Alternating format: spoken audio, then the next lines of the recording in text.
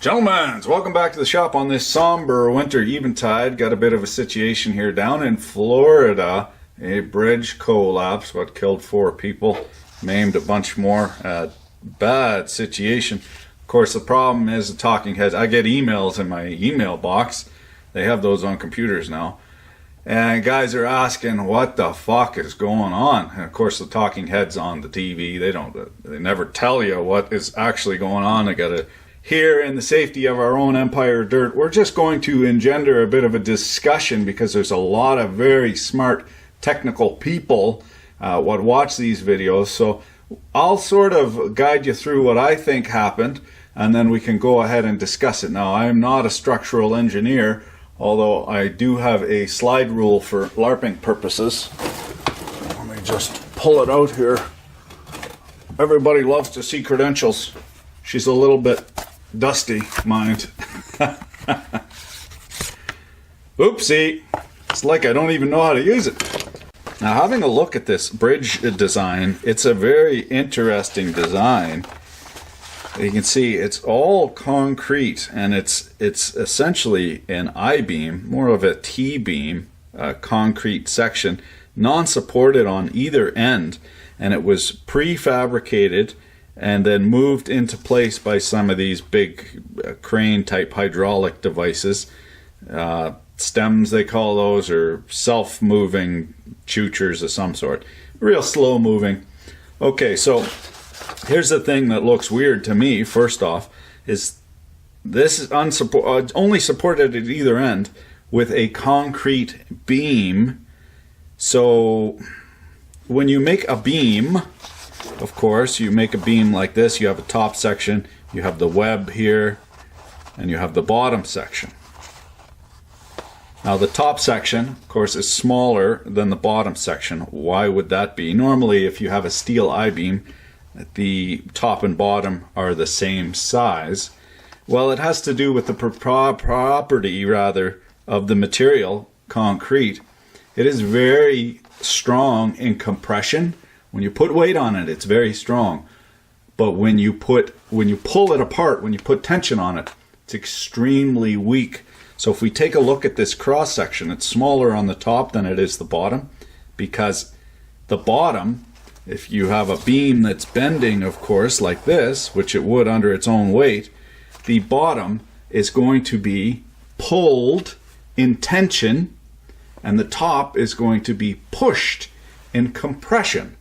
So because this is concrete now, it's weaker on the bottom. It needs to be bigger. It needs a bigger cross-sectional area in order to withstand that stress. That's the shape of it. And we see in here some interesting artifacts here, or some interesting little bits. We can see that this has been pre-tensioned. Okay, because concrete is terrible in tension, terrible at being pulled apart, very, very, very weak. But it's excellent in compression. It's very strong being crushed together. What they do is they put steel tendons through here, and then they stretch out the tendons, pour concrete all around it. Once the concrete cures, poing, they let it go. Now they have a section of concrete that is pre-stressed concrete. That allows it to be stronger in tension, which it will be because it's on the bottom. So here's the thing. They built this not at a pre-tension, apparently they built this not at a pre-tension facility, but just off the job site a little ways so that they could allow traffic to go back and forth. Now, they need to hydraulically tension these. If there's any problem with the hydraulic tensioner, there's any problem with the bonding between the steel tendons and the concrete, then you get a weakened section. Okay, so let's put that out there. Now, we look at this. We look at the way this broke. So it appears it broke pretty much right in the middle over here. All the top of this I-beam, this is all crushed in compression. This is all failed in compression. All this splintering up has all been bowed down so much it's compressed now, and it splinters up here, and we have one big long section here and a bunch of splintered sections here. Now this stayed on its support over on this end, stayed on the support over on this end. It pulled right off the support at this end. We see this should be actually upright, and the roof here, it came right down, and then yeah, the roof is all in compression failure, and the base of the I-beam has all failed in tension.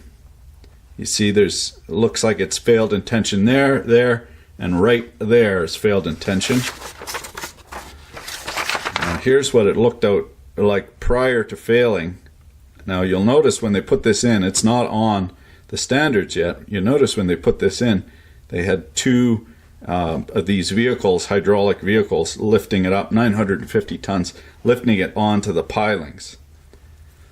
So it looks like from the initial webcasts or TV broadcasts, it looks like the thing wasn't engineered properly. It wasn't strong enough to support the load, and it just plain old broke. Or it wasn't constructed properly, the pretension was fucked up, or the material itself wasn't strong enough. Now, there are lots of checks and balances in place when you go ahead and build a civic structure like this that's 15 million doll hairs.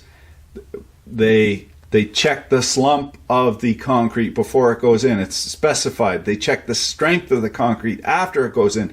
They radiation test the density. They do there's all kinds of checks and balances. So I do not think that this is a failure of the engineering of the bridge per se. Then we get digging a little further and we see this isn't actually the bridge. The bridge didn't fail. A section of bridge under construction is what failed. Aha! Looking through the design animation now, we see that the section that collapsed is only half of the bridge, and right dead squaw in the middle, there should be a big monster column with preload or with tension members, that is cables, coming down to support the bridge deck. And those aren't in place yet. So there's no cables supporting the walkway in place, and there's also no cribbing underneath of the walkway extending to the roadbed in order to support it during construction. Now, we have seen this before. We've seen this kind of error before, and I do say error because I think, well, somebody fucked up. It's pretty clear. Something got fucked up. Here is what happened in Vancouver, British Columbia in 1958. 14 iron workers, 3 engineers, 1 painter, and a few days later a frogman drowned trying to retrieve a body because of the false work. And the false work is what supports the bridge during its construction. There was a fuck up on the calculation of this false work to support the bridge during construction. The one guy made the mistake, and then his superior, stamped the drawing, P-Eng, you got to have that drawing stamped. He fucked up. He didn't check Buddy's work, and it turned out that it was not strong enough to support the bridge during construction. So here we have a situation. Bridges very rarely fail. Very, very rarely fail because they're so over-engineered. There's such a liability there that they're just super duper over-engineered. So when we see a bridge collapse, it's very, very rare, and it's generally because of lack of maintenance or the thing is just tired plumb out. But in this case, it failed during construction because very likely of incorrect false works.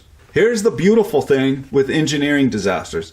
They very rarely happen because you need a few dominoes in a row to fall for a disaster to happen. If one of those dominoes doesn't fall, then nothing happens. So in this case, very likely all the calculations were correct and this structure should have stayed up, but maybe there was a problem with the pretensioning. Maybe there was a problem with the material. Maybe there was a problem that they had to make a change because they didn't want any cribbing here in the active traffic area, because if someone comes along, drives along and drives into it, then you have a failure. Maybe it got damaged in shipping because it got shipped from the site, wherever that was, into place. Maybe it didn't maybe it didn't age properly. Maybe it hadn't sat long enough. In my mind, there's nothing new under the sun. So this was a failure of the false works. False works weren't skookum enough. You know, if they just would have left one of these fucking machines in there in the middle lane, this wouldn't have happened. One of those dominoes wouldn't have fell. And this is the thing that the general public is relying on engineers and construction dudes. It's not just engineers, right? It's the construction dudes that have to preload that cable, and you know, they get tested, sure, but if something's wrong with that device, you could get your preload all wrong. If there's something wrong at the batch plant, at the concrete batch plant, and they get something wrong, it doesn't set properly, and they miss that one little area, because there's a lot that can go wrong. But for a catastrophic failure like this, a lot has to go wrong. I would appreciate your considered comments. What do you think about this? Thanks for watching. Keep your dick in a vice.